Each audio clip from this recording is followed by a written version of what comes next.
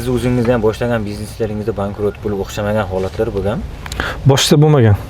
Boshida bizni baxtimizga maktabni tugatdik, O'zbekiston mustaqil bo'ldi. Shu jarayonga kirdik. Oldin Rossiyadan mol olib kelishni boshladim. Nima olib kelsam plusga ketaverdi. Keyin Dubaydan mol olib keldim. U mahalda risk, foyda 100% edi. Hozirgi tadbirkorda, bugungi O'zbekistondagi tadbirkor bolalarga juda ham qiyin. Chunki raqobat juda ham ko'p. Foiz marja 10% ga tushib ketgan. Biz u mahalda 100% ga ishlaganmiz, balkim 200% ga ishlaganmiz. Nimandir olib kelib 2 barobar sotgan kunlarimiz bo'lgan, 3 barobar. Bizni baxtimizga shu O'zbekiston mustaqil bo'ldi. Tadbirkorlik faoliyati ochildi.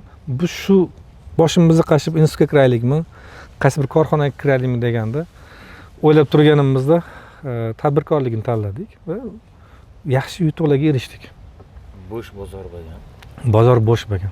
Bugungi kundagi tadbirkor bolalar, yangi o'sib kelgan bolalarga oson deb o'ylamayman. Chunki marja juda ham oz qo'ygan. Risk juda ham katta, marj juda ham oz.